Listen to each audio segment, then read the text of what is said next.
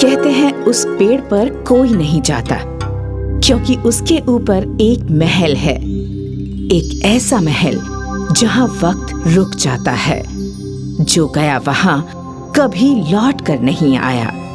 लेकिन इस बार कोई जाने वाला है। क्या वो राज जान पाएगा या वो भी कहानी बन जाएगा? बहुत समय पहले एक छोटे से गांव के किनारे एक घना जंगल था। उस जंगल के बीचों बीच एक विशाल पेड़ खड़ा था, इतना ऊंचा कि उसकी चोटी बादलों से बात करती थी और उसकी जड़ें धरती की गहराइयों तक उतर जाती थीं। गांव वाले उस पेड़ को काल वृक्ष कहते थे। कहा जाता था कि उसमें कोई अलौकिक शक्ति है, मगर किसी ने कभी उसके पास जाने की हिम्मत नहीं की। गांव के बच्चे अक्सर आपस में कहानियां बनाते कि उस पेड़ की ऊपरी शाखाओं पर एक महल बना है जिसमें परी और देवदूत रहते हैं। मैंने अपने दादा से सुना है उस पेड़ पर एक चमकदार महल है, लेकिन अगर कोई वहां जाने की कोशिश करता है तो वो कभी लौट कर नहीं आता। हाँ, और कहते हैं वहाँ एक चुड़ैल रहती है जो इंसानों की आत्मा कैद कर लेती है। पर अगर सचमुच महल हो तो क्या उसमें कोई अच्छा देवता नहीं रह सकता? तू बहुत भोला है, वो महल तो बस कहानियों में है। लेकिन सच अब भी रहस्य की धुंध में छिपा था। गांव में एक गरीब अनाथ रहता था, आरव। चेहरे पर मासूमियत, आंखों में सपने और दिल में जिज्ञासा। वो अक्सर जंगल में भटकता और पेड़ों से बातें करता। लोग कहते, ये लड़का पागल है, सारा दिन पेड़ों से बातें करता है। शायद भूख और तन्हाई ने इसे ऐसा बना दिया है। पर आरव के दिल में एक ही सवाल जलता था, क्या वाकई उस पेड़ पर महल है? एक दिन जब वो काल वृक्ष की छांव में बैठा था, अचानक हवा का तेज झोंका आया। पेड़ की डालियां हिली और उनमें से सुनहरी चमक झरने की तरह गिरी। आरव ने ऊपर देखा और उसकी आंखें खुली की खुली रह गईं। पेड़ की ऊंची शाखाओं के बीच सचमुच एक महल चमक रहा था। सुनहरी दीवारें, नीलम के झरोखे और चांदी की सीढ़ियां। ये सपना नहीं, सच है। मुझे वहाँ पहुँचना ही होगा। आरव पेड़ पर चढ़ने लगा। हर डाल पर नया खतरा था। बोलने वाले सांप, वापस जा, यहाँ मौत है। अगर मौत भी मिली तो सच जानकर मिलनी चाहिए। आग बरसाते पक्षी, तेरी हड्डियां जलाकर राख कर देंगे, तेरी हड्डियां जलाकर राख कर देंगे। तुम्हारी आग से मेरा साहस नहीं बुझ सकता। लताएं उसके पैरों को बांध लेती। रुक जा, तू आगे नहीं बढ़ सकता। मेरे सपनों को कोई बांध नहीं सकता। हर बार उसने बुद्धि और साहस से इन भ्रमों को हराया। महल के दरवाजे पर खड़ा था एक देवरक्षक, लंबी दाढ़ी, अग्नि जैसी आंखें। कौन है तू? इस महल का द्वार हर किसी के लिए नहीं है। आरव कांपते हुए बोला, मैं सत्य खोजने आया हूँ। मुझे इस पेड़ का रहस्य जानना है। रक्षक ने तलवार जमीन पर गाड़ दी। 2-3 परीक्षाएं पास करनी होंगी। अगर असफल हुआ तो हमेशा के लिए यहीं कैद हो जाएगा। आरव ने गहरी सांस ली। मैं तैयार हूँ। दरवाजा खुला और आरव एक अंधेरी गुफा में पहुंचा। चारों ओर राक्षसी आवाजें, खून से टपकती आंखें और मौत का साया। अगर डर गया तो यहीं हमेशा के लिए कैद हो जाएगा। आरव कांप गया और बोला, अंधकार उतना ही बड़ा है जितना मैं उसे मान लूं। उसने कांपते हाथों से अपनी लालटेन जलाई। छोटी सी लौ पूरे अंधकार को चीर गई। राक्षस धुएं में बदलकर गायब हो गए। अब उसके सामने एक घायल पक्षी पड़ा था। पंख टूटे और खून बह रहा था। या तो तू बिना रुके अपने सफर पर निकल जा, या इसकी मदद कर और अपना सफर यहीं खत्म कर दे।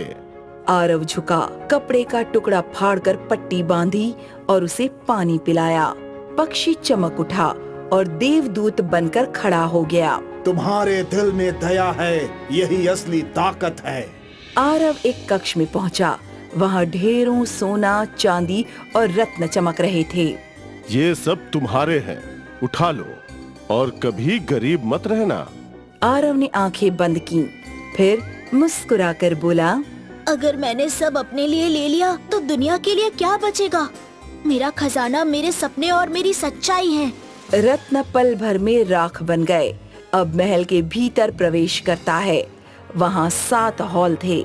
हर हॉल में किसी रहस्य का द्वार था। ये जगह तो पूरी सृष्टि का रहस्य समेटे है। पहले द्वार में समय रुक जाता, दूसरे द्वार में इंसान अपना असली रूप देखता है, तीसरे द्वार में इच्छाएं साकार हो जाती हैं, चौथे द्वार में ब्रह्मांड का ज्ञान रखा था, 5वें द्वार में आत्मा की आवाज सुनाई देती है, 6ठे द्वार में भविष्य की झलक मिलती है, 7वां द्वार सृष्टि का राज समेटे था।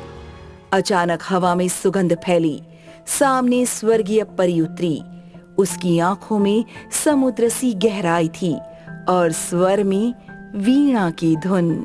आरव, तुमने तीनों परीक्षाएं पार कर ली। अब ये महल तुम्हें स्वीकार करता है। पर यहाँ केवल शक्ति नहीं, बल्कि ज्ञान भी है। क्या तुम सुनना चाहोगे? हाँ, मैं हर रहस्य जानना चाहता हूँ, ताकि इसका लाभ सिर्फ मुझे नहीं बल्कि सबको मिले। परी मुस्कुराई और उसने आरव को 7 हॉल दिखाने शुरू किए। पहला हॉल, समय का रहस्य। परी और आरव पहले हॉल में पहुँचे। वहाँ घड़ियाँ रुक चुकी थीं, पत्ते हवा में थमे हुए थे। यहाँ सब स्थिर क्यों है? ये है समय का हॉल। यहाँ इंसान समझता है कि समय कभी उसका दुश्मन नहीं होता। समय रुक भी जाए तो जीवन का मूल्य वही है जितना तुम उसे सार्थक बनाते हो। याद रखो, हर पल अनमोल है। मतलब समय को जीतना नहीं, जीना जरूरी है। दूसरा हॉल, सच्चा रूप। अब वे एक विशाल दर्पणों वाले कक्ष में पहुँचे। हर दर्पण में इंसान का चेहरा बदलता, कभी डरावना, कभी सुंदर, कभी बूढ़ा। ये सब भ्रम है। मेरा असली चेहरा कहाँ है? यही शिक्षा है। लोग बाहर का रूप देखते हैं, पर असली रूप दिल और कर्म से बनता है। जो अपने अंदर की सच्चाई पहचान ले, वही सुंदरतम है। तो मेरा मूल्य मेरे कर्मों से है, ना कि मेरे कपड़ों या चेहरे से। तीसरा हॉल, इच्छाओं का संसार। इस हॉल में चमकते सितारे झर रहे थे। जो भी सितारा हाथ में आता, उसकी इच्छा पूरी हो जाती। तो मैं गांव को अमीर बना सकता हूँ, सबको खुश कर सकता हूँ। हाँ, लेकिन ध्यान रहे, हर इच्छा का बोझ होता है। अगर लोग बिना मेहनत के सब पाले, तो वे सीखना बंद कर देंगे। सच्चा उपहार वो है जो आत्मा को मजबूत करे, न कि आलसी बनाए। तो असली मदद है लोगों को उनकी ताकत दिखाना, ना कि बस उन्हें सब कुछ दे देना। चौथा हॉल, ब्रह्मांड का ज्ञान। यहाँ हजारों पुस्तकें आकाश गंगाओं की तरह घूम रही थीं। ये तो पूरे ब्रह्मांड की कहानियाँ हैं। हाँ, यह ज्ञान का भंडार है। लेकिन याद रखो, सारा ज्ञान अपने पास रखने से कोई बुद्धिमान नहीं बनता। बुद्धिमान वही है जो सही समय पर सही ज्ञान का उपयोग करे। मतलब ज्ञान बोझ नहीं, जिम्मेदारी है। 5वां हॉल, आत्मा की आवाज। ये हॉल एकदम शांत था। कोई आवाज नहीं, केवल आरव की धड़कनें। इतना सन्नाटा, कुछ सुनाई क्यों नहीं दे रहा? यही सच्चाई है। दुनिया के शोर में इंसान अपनी आत्मा की आवाज खो देता है। अगर तुम गहरी शांति में जाओ तो दिल खुद रास्ता दिखाता है। आरव ने आंखें बंद की। उसने अपनी भीतर की आवाज सुनी। आरव ने आंखें खोली और सिर झुका लिया। 6ठा हॉल, भविष्य की झलक। यहाँ पानी का एक झील जैसा दर्पण था।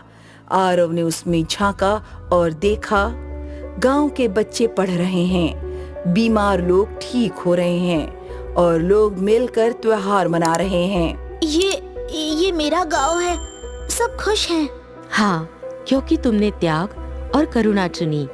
भविष्य हमेशा उसी का उज्जवल होता है जो निस्वार्थ होकर दूसरों के लिए जीता है। 7वां हॉल, सृष्टि का रहस्य। अंत में वे 7वें हॉल में पहुंचे। वहां न कोई दीवार थी न छत, बस अनंत आकाश, सितारे, आकाश गंगाएं और ब्रह्मांड की धड़कन। ये तो अनंत है। इस हॉल का रहस्य क्या है? ये सृष्टि का राज है। सारी ताकत, सारा जादू, सारा ब्रह्मांड इंसान के दिल के भीतर छिपा है। जब दिल निर्मल हो तो इंसान खुद सृष्टि का हिस्सा बन जाता है। तो असली महल बाहर नहीं, हमारे अंदर है। अब तुम समझ गए हो। ये महल सिर्फ दीवारें और हॉल नहीं, बल्कि तुम्हारे भीतर की यात्रा है। सच्चा जादू वही है जो दिल से निकले। मैं इस ज्ञान को अपने गांव की भलाई के लिए उपयोग करूंगा। परी ने उसके माथे पर हाथ रखा। 7 हॉल एक रोशनी बनकर आरव के हृदय में समा गए। आरव महल का रहस्य छुपाकर गांव लौटा। उसने किसी को कुछ नहीं बताया। धीरे धीरे वो गांव वालों की मदद करने लगा। बीमारों को ठीक करता, बच्चों को शिक्षा देता, गरीबों को सहारा देता। आरव में कोई जादू है। उसके हाथ छूते ही बीमार ठीक हो जाते हैं। सच कहूं तो असली जादू उसके दिल की भलाई है। सालों बीत गए। आरव बूढ़ा हो गया। एक दिन वो फिर काल वृक्ष के नीचे बैठा। हवा चली, सुनहरी रोशनी बरसी, परी प्रकट हुई।